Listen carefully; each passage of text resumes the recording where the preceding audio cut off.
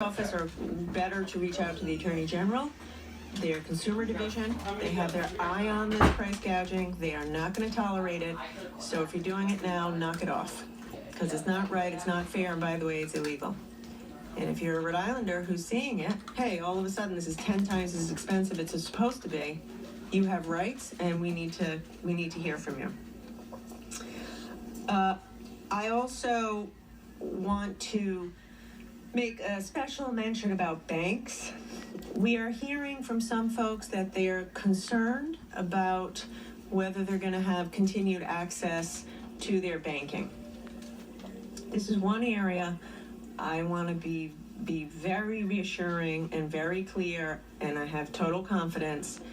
Banks and credit unions in Rhode Island and across the country have a lot of cash, a lot of capital. They are in the best financial shape that they've been in a very long time. So just set your fears aside.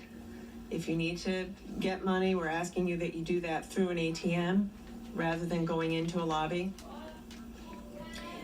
Take out what you need. Try to avoid the lobby situation. If you have to go in, please do it by appointment. We've been Commerce Secretary Pryor's been in touch with pretty much all of the local banks and credit unions. They're all operating. They're all in great financial shape, and they're available to you. But they ask that you please call for an appointment. Don't just show up. And if you can, use a drive-through or an ATM. We are hearing a lot from people about evictions. Obviously, unemployment is skyrocketing. We hope that that is temporary, but it is what it is now, and folks still have to pay the bills. So in this regard, I also want to calm people down a little bit.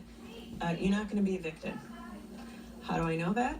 Because the Rhode Island Supreme Court, led by Chief Justice Sattel, has taken great action and leadership, and they have shut the courts until April 17th for any adjudication of anything related to eviction. The courts are really operating on a emergency basis only. So if you need to access the courts for a restraining order or something of an emergency nature, you should do that.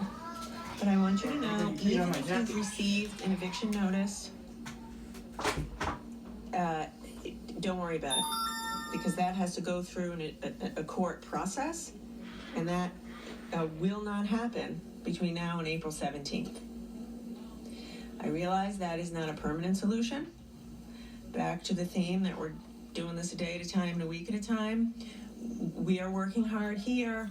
We're especially working with the federal government on this, and we'll be back the coming days or week with some more information around longer